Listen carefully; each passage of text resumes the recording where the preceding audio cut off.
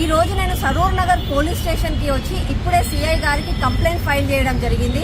ఉదయం నుంచి నాకు ఎన్నో ఫోన్ కాల్స్ వచ్చి నన్ను హరాస్ చేస్తున్నారు. వీళ్ళంతా ఎవరు అనంటే టీఆర్ఎస్ కార్యకర్తలు, పెయిడ్ బ్యాచ్ వాళ్ళు.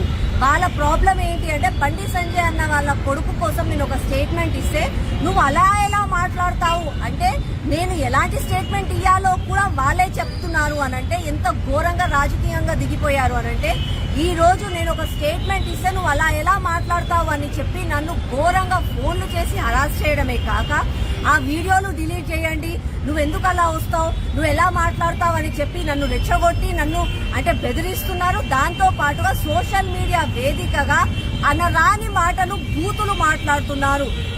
నాకు ఫోన్లు చేసి నన్ను హరాస్ చేసే వాళ్లకు, సోషల్ మీడియాలో నన్ను కమెంట్ చేసి నన్ను వేధించే వాళ్ళకందరికీ కూడా చెప్తున్నాను, మీకు నిజంగా కూడా రాజకీయాలు చెయ్యాలి అని ఉంటే రాజకీయంగా మాట్లాడండి.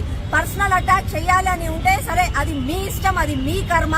డిక్షనరీలో లేని మాటలు కూడా లేని బూతులు కూడా మీరు మాట్లాడాలి అనుకుంటే కమెంట్ బాక్స్ ఓపెన్ గానే ఉంటది, కమెంట్లు పెట్టుకోండి. అంతేగాని నాకు ఫోన్లు చేసి నన్ను హరాస్ చేస్తే మాత్రం ఊరుకునేది లేదు.